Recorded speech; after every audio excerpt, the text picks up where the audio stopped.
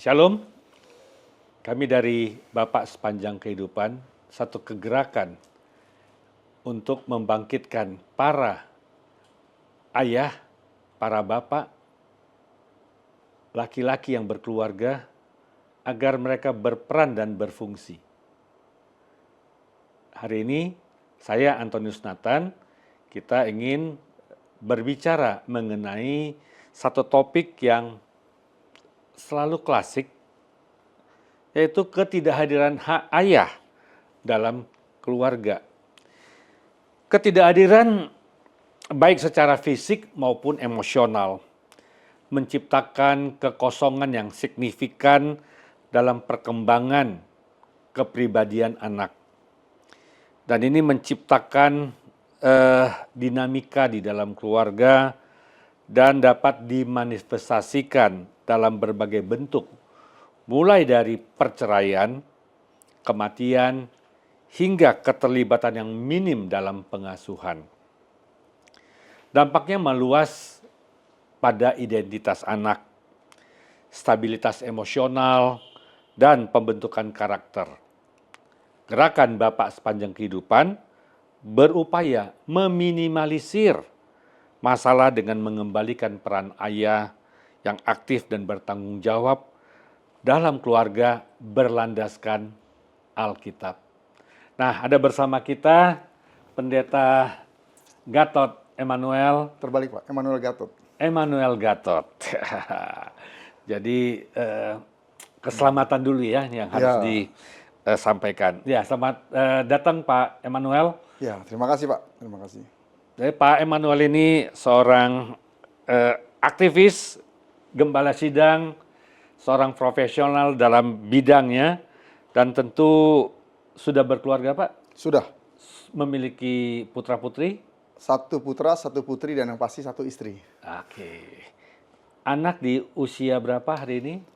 Yang putra 23 tahun, tahun ini 24. Terus yang putri 11 tahun, tahun ini 12 tahun. Wah, selisih yang cukup panjang. 12 tahun. 12 tahun. Berarti Bapak dan Ibu, kita mau mendengarkan apa yang menjadi pengalaman Bapak Emmanuel dalam mendidik anak selama 24 tahun.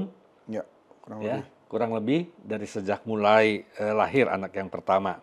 Dan kemudian muncul anak kedua. Nah, pertanyaannya yang ingin saya gali begini Pak. Bagaimana Alkitab memahami peran seorang ayah dalam keluarga dan masyarakat? Secara Alkitab, perannya itu bagaimana Pak? Baik, sejak dalam Perjanjian Lama, itu seorang ayah, seorang bapak, itu seperti diposisikan sebagai imam, nabi, dan raja. Yang memang bertanggung jawab untuk menjadi perantara antara terutama istri dan anak-anak dengan Tuhan. Lalu kemudian juga nabi itu juga berperan sebagai orang yang bisa menyatakan kebenaran, menyatakan kesalahan, memperbaiki perilaku, dan juga sebagai peran raja, dia harus menjadi pelindung sekaligus penyedia bagi kebutuhan keluarga, dan dalam hal ini anak-anak tentunya. Kemudian juga dalam Ulangan 6, ayat 6 dan 7 itu dikatakan, kasihilah Tuhan Allahmu dengan segenap hatimu, dengan kekuatanmu. Lalu dikatakan dalam ayat 7, ajarkanlah itu berulang-ulang kepada anak-anak. Artinya nggak cukup sekali, tapi harus terus menerus. Seumur bapak atau ayah itu memimpin anak-anak, sekalipun anak-anak sudah dewasa, bahkan juga sudah berkeluarga, perannya tetap ada. Dalam masyarakat, tentunya kita berdasarkan Alkitab, dalam Matius 5 dikatakan, kamu adalah terang dan garam. Artinya, seorang bapak harus bisa menjadi terang dan garam bagi orang luar atau masyarakat. Dalam masyarakat, dimanapun dia berada. Baik itu di gereja, di tempat kerja, maupun di jalanan. Jangan sampai di gereja baik, tempat kerja kurang baik, di jalanan tidak baik. Semuanya harus satu standar gitu. Kemudian juga dalam Matius 7 ada dikatakan, dari buahnya lah kamu bisa mengetahui pohon itu. Baik atau tidak baik sebuah pohon ditentukan oleh buah. Buah ini berbicara tentang pengajaran. Buah ini bicara tentang perilaku. Dan buah ini juga berbicara tentang orang-orang yang dipimpin, terutama anak-anak. Dari anak-anak lah kita bisa tahu nih bapaknya bagaimana. Jadi seorang laki-laki kan dalam sesi BSK dikatakan tidak perlu untuk mempromosikan dirinya baik atau hebat atau bagaimana. Lihatlah dari keluarganya, terutama anak-anaknya. Seperti itu, Pak. Ya, jadi orang tua harus mengajarkan firman Tuhan berulang-ulang. Berulang-ulang. Maka disebut bapak sepanjang Kehidupan. Nah, Betul. kemudian apa saja dampak konkret dari ketidakhadiran ayah terhadap anak dan keluarga? Ayahnya ada, Oke. tetapi tiada. Dampak konkretnya apa, Pak? Ya. Saya lengkapi ketidakhadiran ayah itu ada 3. Satu, memang ayahnya sudah dipanggil Tuhan. Yang kedua, ayahnya ada tapi lari dari rumah. Entah dengan wanita lain atau apa, meninggalkan rumah. Yang ketiga, ayahnya ada di rumah tapi tidak berperan. Nah, itu kan ketidakhadiran ayah. Dampaknya apa? Menurut survei bahwa hampir atau bisa dibilang 8 dari 10 anak-anak yang bermasalah ya, itu karena tidak kehadiran bapak atau ayah. Ayah tidak berperan, ayah tidak hadir, dan itu dampaknya sangat signifikan. Jadi menurut survei 8 dari 10 anak-anak yang ada di penjara itu karena tidak ada kehadiran ayah atau peran ayah. Berapa, Pak, angkanya, Pak? 8 dari 10. Mengerikan sekali ya? Ya. Berarti Jadi kalau kita ke penjara, kita tanya, pasti 8 anak menjawab bahwa mereka tidak dapat kasih sayang, perhatian, pengajaran dari bapaknya. 80% kurang lebih kalau 80%. kita Ya. bicarakan ini secara statistik ya. Betul. Nah, kemudian juga di penjara kan macam-macam. Bisa berbuat jahat karena mencuri, karena merampok, narkoba, atau juga memperkosa, dan kejahatan-kejahatan lainnya. Itulah akibat daripada ketidakhadiran seorang ayah atau ayah yang tidak berperan dengan baik. Dampaknya sangat luar biasa.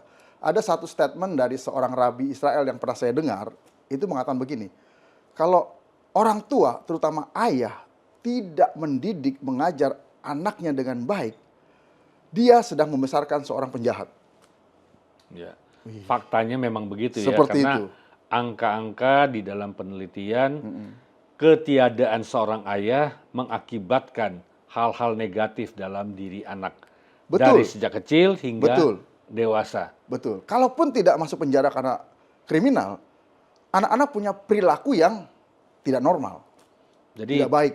tingkat Betul. kebahagiaan mereka minim sekali artinya. Betul, betul, Ya. betul. Pak Gatot, kita lihat bahwa perlu ada langkah-langkah praktis, ya, karena bagi Bapak Ibu yang masih memiliki anak di usia balita sudah bisa memulai mendidik anak, tetapi bagi yang anaknya sudah dewasa atau anak yang masih remaja muda perlu mengatur. Betul. Ya, langkah-langkah praktis apa yang diambil untuk mengaktifkan peran ayah yang absen? Ya, ada 2 sisi. Ayah itu harus diaktifkan dan bagaimana anak itu agar terhindar dari persoalan. Ya. Ya. Ya. Gimana Pak Emmanuel? Yang pertama, kita harus memutus mata rantai ya akibat dari orang tua yang sebelumnya. Kenapa? Karena Pak Dijo pernah mengatakan begini, ketika seorang itu ada sebuah tindak kejahatan atau hal-hal yang tidak baik, entah itu KDRT atau hal-hal lain, itu ada pelaku dan ada korban. Ya. Tapi sebetulnya dua-duanya adalah korban. Yang satu korban dari si pelaku korban dari masa lalunya. Yaitu apa? Karena tidak mendapatkan pengajaran pendidikan yang benar dari orang tua, terutama ayahnya. Dia juga adalah korban. Nah, jadi yang pertama kita harus memutus mata rantai itu, yaitu apa? kalau dahulu kita sebagai ayah tidak mendapatkan kasih sayang, perhatian, pendidikan, pengajaran yang benar dari orang tua kita, terutama ayah kita, di kita jangan sampai seperti itu. Kita jangan sampai memakai pola yang dipakai oleh bapak kita yang salah, kemudian kita pakai kepada anak kita. Nah, nanti akibatnya anak kita ketika dewasa, dia juga akan memakai pola yang salah kepada anaknya. Akibatnya apa? Dari turun-temurun akan menggunakan pola yang salah. Nah, itu dulu yang harus kita putus. Dengan apa? Dengan seorang ayah harus menyadari jati dirinya, menyadari posisinya, perannya, fungsinya. Melalui apa? Salah satunya ikutlah BSK. Oke. Jadi kalau kita analogikan begini, ayah saya dulu Ya, naik sepeda kemana-mana. ya, Tapi kalau sekarang orang naik sepeda hanya untuk olahraga. ya, betul, Ya, betul. kecuali di luar negeri memang sepeda itu dipakai sebagai alat transportasi. Ya. Namun sekarang alat transportasi itu bukan sepeda lagi. Ya, ada bus, ada motor, ada mobil Ya, yang jadi milik pribadi. Dulu ayah saya nggak punya handphone karena memang handphone tidak ada. Tahun 70-an belum ada handphone. Ya, betul, Ya, sekarang semua orang milikin handphone. betul, setuju. Nah, sehingga ayah tidak bisa mengatakan kepada anak, dulu ayah tidak punya handphone, Ya, ayah hidup. Ya, Nah, anak sekarang tanpa handphone seperti nyawanya diputus. ya. Ya. Nah, Pak Emmanuel, bagaimana gereja Bapak sebagai gembala atau Bapak sebagai fasilitator di BSK di dalam komunitas pria yang biasa disebut dengan brother keepers, Oke. ya dapat mendukung para ayah untuk memenuhi panggilan. Ini bagaimana supaya ada komunitas seperti ini dalam gereja atau komunitas? Baik, yang pertama tuh ada dua hal ya. Jadi memang menjadi tugas tanggung jawab gereja untuk membekali para orang tua, terutama ayah, dalam mendidik, mengajar anak-anak mereka.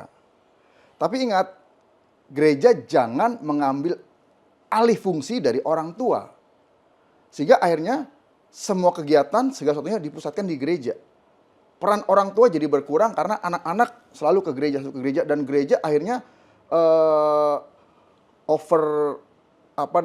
overlap, mengambil alih nih peran orang tua karena melihat orang tua nggak baik. Justru gereja harus menjadi sahabat bagi keluarga, terutama orang tua. Dengan apa? Memberikan pembekalan, mengadakan program yang berbasis keluarga. Salah satunya di gereja kami ada Kompi dan Komunita. Kompi itu komunitas pria, Komunita itu adalah komunitas wanita, di mana kita membekali bapak, ibu sesuai dengan peran dan fungsinya sehingga mereka bisa berperan, bisa melaksanakan tugas tanggung jawab mereka sebagai orang tua yang baik dan benar tentunya. Baik itu kan belum tentu benar. Ya. Tapi kalau benar sudah tentu baik. Apa benar itu? Kebenaran hanya dalam Alkitab. Jadi semua nilainya harus berbasis kepada Alkitab. Sehingga akhirnya orang tua dengan gereja hubungan yang baik, orang tua dengan anak-anak hubungan yang baik, gereja dengan keluarga hubungan yang baik. Jadi ada suatu ilustrasi gini, jangan gerejanya terang, rumahnya pada gelap. Kenapa? Karena semua orang-orang di rumah datang ke gereja. Ya. Tapi gereja terang, rumah-rumah juga harus terang. Seperti itu, Pak. Terima kasih Pak Emmanuel. Bapak Ibu sekalian, kita melihat betapa pentingnya peranan ayah atau bapak laki-laki yang berkeluarga dalam rumah tangga. Gerakan Bapak Sepanjang Kehidupan mendorong kita semua untuk ayo Bapak, ayah kembali dengan panggilan.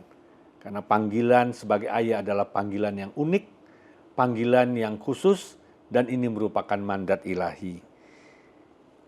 Kita berpusat kepada Kristus, maka kita berpusat kepada Alkitab yang mengajarkan bagaimana cara atau keluar dari persoalan. Dan kita harus tidak terikat dengan program, tapi kita membuat suatu transformasi yang membawa kepada pertobatan, pelayanan kasih, dan rekonsiliasi generasi. Demikian Bapak Ibu sekalian, saya Antonius Nathan dengan Emmanuel Gatot. Kami mengucapkan salam Bapak sepanjang kehidupan. Tuhan Yesus memberkati.